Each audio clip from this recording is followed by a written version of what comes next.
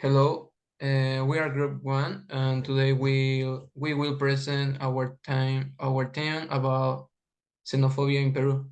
We have made this video in order to be able to explain our give information about the xenophobia that existing in Peru against the Venezuela, which is a day-to-day the problem in our country.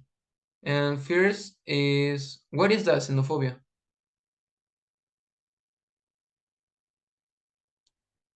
Xenophobia in Peru has caused a stir, since it's a problem that has become greater with the passages of time between Venezuelans and Peruvians. In one way or another, it has become a social problem that has been occurring in different ways. And and ways how the stars science it began to start during the last decade for the political and economic situation in Venezuela has generated a deep crisis and causing the forced and massive migration of Venezuelans in search of better opportunities and there are a better future. In Peru, the number one of Venezuela research of 1,347,000. We are the second country in the world with the highest number of migrants reside.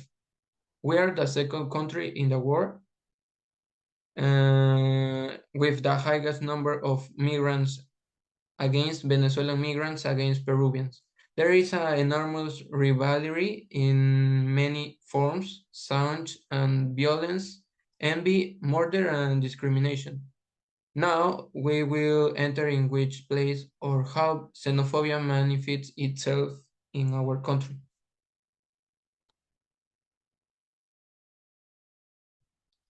Xenophobia in schools. With the increase of Venezuelan migration in Peru, hate speeches have increased, affecting school spaces. This has increased bullying, harassment, and rejections among students.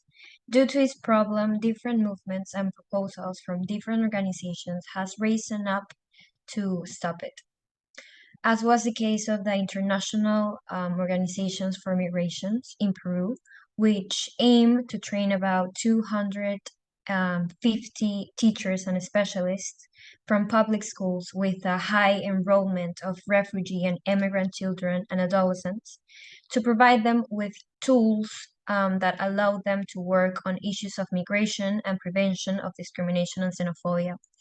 This initiative took place because of a diagnosis carried out by the Institute of Democracy and Human Rights, and the Educational Research and Services of the Pontificia Universidad Católica del Perú. Within the framework of this project showed that in the Peruvian school context, there are naturalized xenophobic actions and that the integration of foreign students is more of a wish than a reality. The report concludes that it's vital to provide teachers with tools to deal with different situations in which rejection is involved. It is essential for them to become agents of change and to create an education based on respect, love, and awareness. Venezuelans work for the minimum wage, which does not allow them to eat or live in the way that a human being should. What the Venezuelan state does is increasingly stock up the stores, and the only way you can get food is through social programs, which are not enough to feed an entire country. The only chance that Venezuelans have to get money is by immigrating.